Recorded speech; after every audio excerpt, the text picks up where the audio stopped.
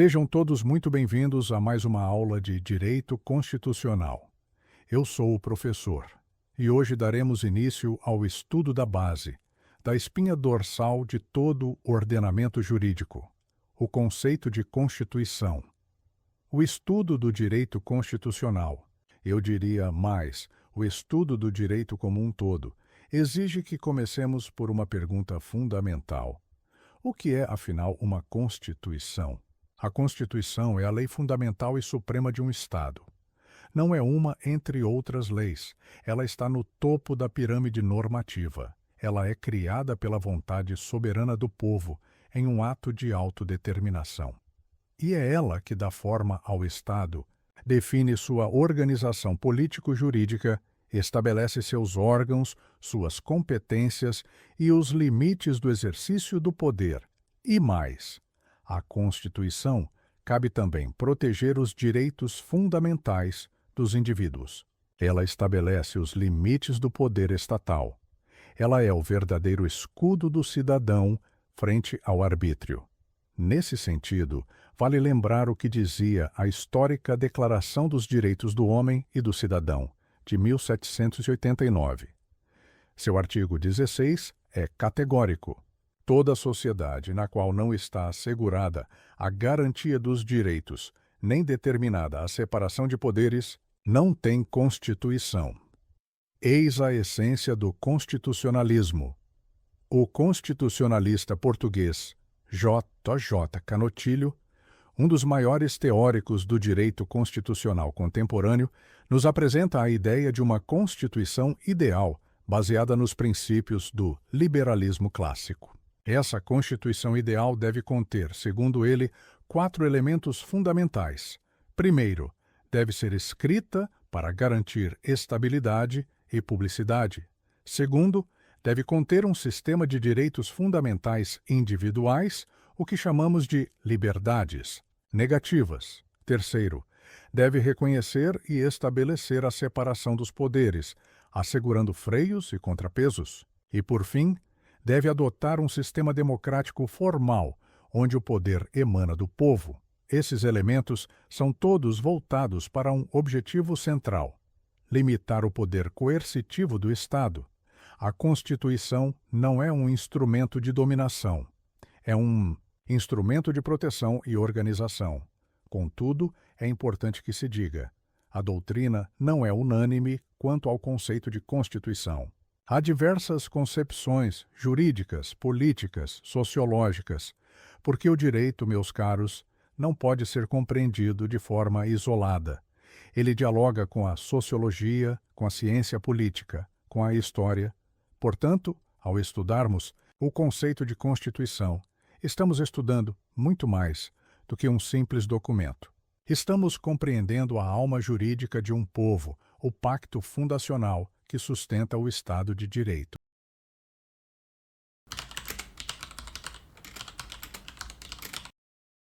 Dando continuidade à nossa aula, iniciaremos agora o estudo das diversas concepções de Constituição, começando por seu sentido sociológico. Essa concepção surge no século XIX e é definida por Ferdinand Lassalle, importante jurista e pensador político alemão.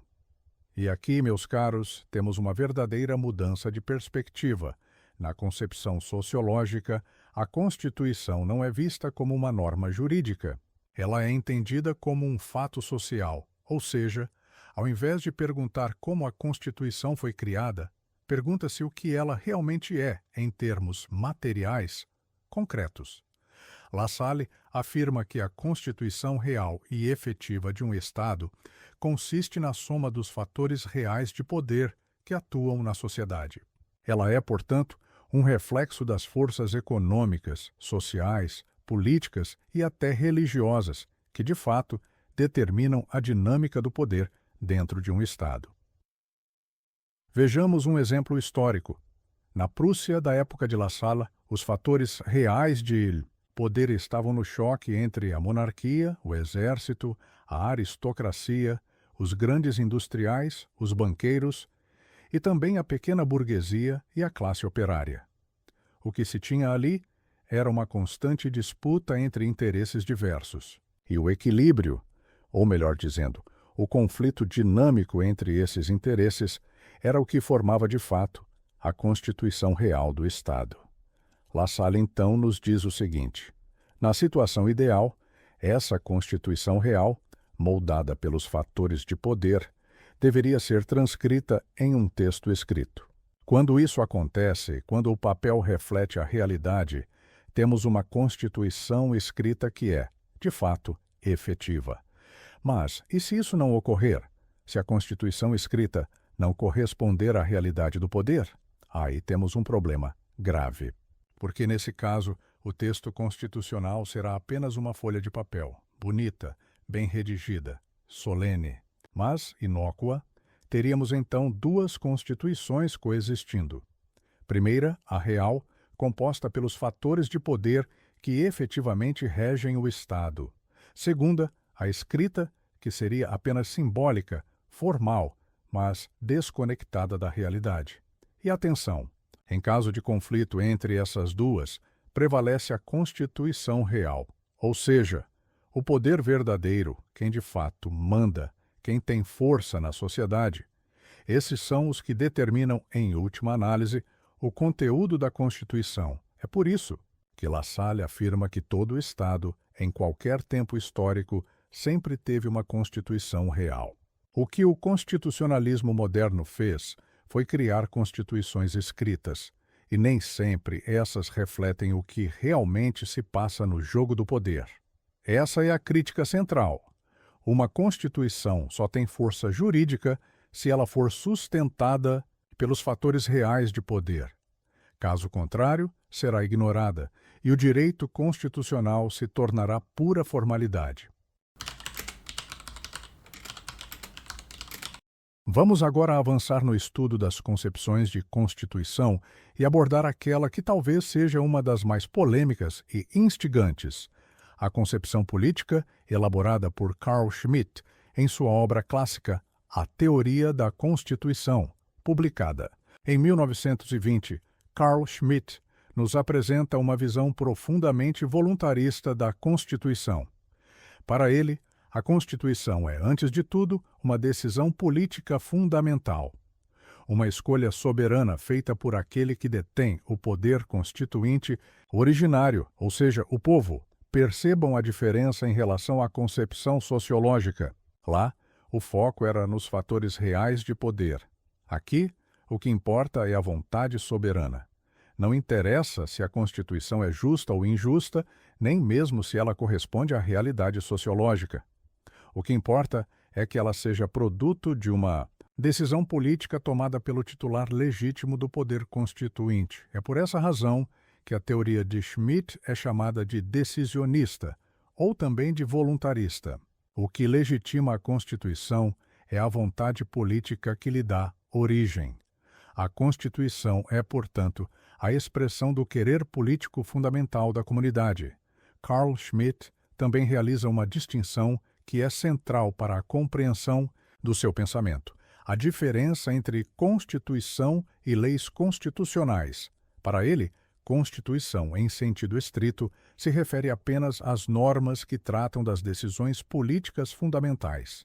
É o caso, por exemplo, da definição da forma de Estado, da forma de governo, da separação dos poderes e da titularidade da soberania. Por outro lado, as chamadas leis constitucionais seriam normas que, embora estejam inseridas formalmente no texto constitucional, não possuem esse conteúdo decisório tão relevante. São normas de menor densidade política que tratam de questões administrativas, transitórias ou de menor hierarquia conceitual. Essa distinção guarda grande relação com uma classificação muito importante no direito constitucional: a diferenciação entre normas materialmente constitucionais e normas formalmente constitucionais. As normas materialmente constitucionais são aquelas que tratam de conteúdo essencial, ou seja, que dizem respeito à estrutura e organização do Estado e dos direitos fundamentais. Elas coincidem, em grande medida, com o que Schmitt chama de Constituição. Já as normas formalmente constitucionais são aquelas que estão no texto da Constituição, mas não possuem esse peso político. São o que Carl Schmitt denomina leis constitucionais. Em suma, a concepção política de Constituição de Carl Schmitt nos convida a enxergar a Carta Magna como um ato de vontade soberana, como a decisão originária que dá forma ao Estado. A validade da Constituição não decorre de fatores externos, mas sim da legitimidade política do seu nascimento. E essa visão nos leva, inevitavelmente, a reflexões profundas sobre quem decide, como decide e por que decide. É o início do entendimento da Constituição como ato de poder, e não apenas como norma jurídica. Vamos agora à terceira grande concepção de Constituição. O sentido jurídico, formulado por Hans Kelsen, o criador da famosa teoria pura do direito. Kelsen parte de uma proposta ousada: separar o direito da política, da moral, da sociologia, da filosofia. Ele quer estudar o direito como um sistema puro, científico, racional. E, dentro dessa estrutura, a Constituição ocupa o lugar mais alto, o ponto de partida do ordenamento jurídico. Na visão kelseniana, a Constituição é uma norma jurídica pura. Ela não se apoia em fatores reais de poder, como em La Salle, nem se legitima por uma decisão política, como defende Carl Schmitt. Para Kelsen, a validade da Constituição não vem da realidade social, mas da posição hierárquica que ela ocupa dentro do sistema jurídico. Para entender essa ideia, precisamos compreender a lógica do escalonamento das normas. Imagine o ordenamento jurídico como uma pirâmide. Na base, temos os atos administrativos e os decretos. Acima deles, vêm as leis ordinárias. E no topo está a Constituição, que dá validade a todas as normas inferiores. Cada norma só é válida porque está fundada em outra norma superior. Um decreto é válido porque está de acordo com uma lei. A lei, por sua vez, é válida porque está de acordo com a Constituição.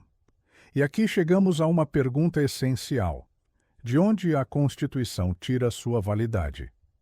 Se ela está no topo da hierarquia, qual é a norma que a fundamenta? A resposta de Kelsen é elegante e conceitualmente profunda. Ele nos apresenta dois sentidos de Constituição: o lógico jurídico e o jurídico positivo. No sentido jurídico positivo, a Constituição é o texto formal e solene, que organiza o Estado, limita o poder e garante os direitos fundamentais. É, por exemplo, a nossa Constituição Federal de 1988. Essa é a norma positiva suprema, a que regula a criação das demais normas. Já no sentido lógico-jurídico, Kelsen introduz um conceito abstrato, porém fundamental, a chamada norma fundamental hipotética. Ela não está escrita em lugar algum. Não é uma regra real, mas sim uma pressuposição lógica, necessária para dar validade à Constituição positiva. É como se essa norma dissesse a todos: obedeça-se à Constituição. Simples assim. Essa ordem imaginária é o ponto zero do sistema jurídico. Sem ela, o sistema não se sustenta.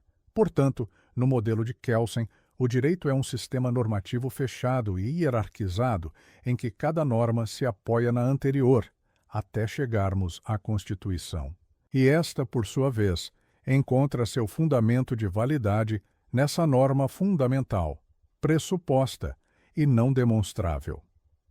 No Brasil, como já sabemos, a Constituição positiva atualmente em vigor é a Constituição de 1988, que ocupa o ápice do nosso ordenamento jurídico. Assim, na concepção jurídica de Kelsen, a Constituição não é o reflexo da realidade, nem o produto de uma vontade política.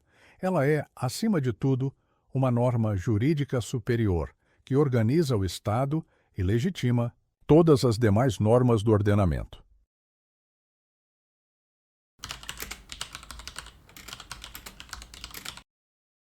Agora que já exploramos as concepções sociológica, política e jurídica de Constituição, vamos encerrar essa parte da aula com um olhar mais amplo.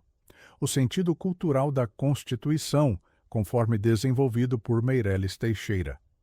Embora esse sentido seja menos explorado em provas objetivas, ele é de extrema importância para uma compreensão mais profunda do direito constitucional. Aqui, o ponto de partida é simples e poderoso. O direito é um objeto cultural. Mas o que isso quer dizer? Significa que o direito e, por consequência, a Constituição não são nem realidades naturais, nem entidades abstratas ou matemáticas. Tampouco valores puros. O direito é um produto da cultura humana, resultado da história, das tradições, das crenças e das transformações sociais de um povo. Vamos entender isso melhor. O direito não é real, porque os seres reais pertencem à natureza, como uma árvore, uma pedra ou um rio. O direito não se encontra na natureza. Também não é ideal, porque os seres ideais, como números, figuras geométricas ou conceitos matemáticos, são imutáveis, eternos e independentes do tempo e do espaço. O direito, ao contrário, muda com o tempo, com o lugar, com o povo, e também não é um valor em si, porque, embora busque realizar valores como justiça, liberdade ou igualdade, ele não se confunde com eles. O direito tenta concretizar valores, mas não é um valor absoluto. Diante disso, Meirelles Teixeira classifica o direito como pertencente à quarta categoria ontológica, os objetos culturais. E por que isso é relevante para o estudo da Constituição?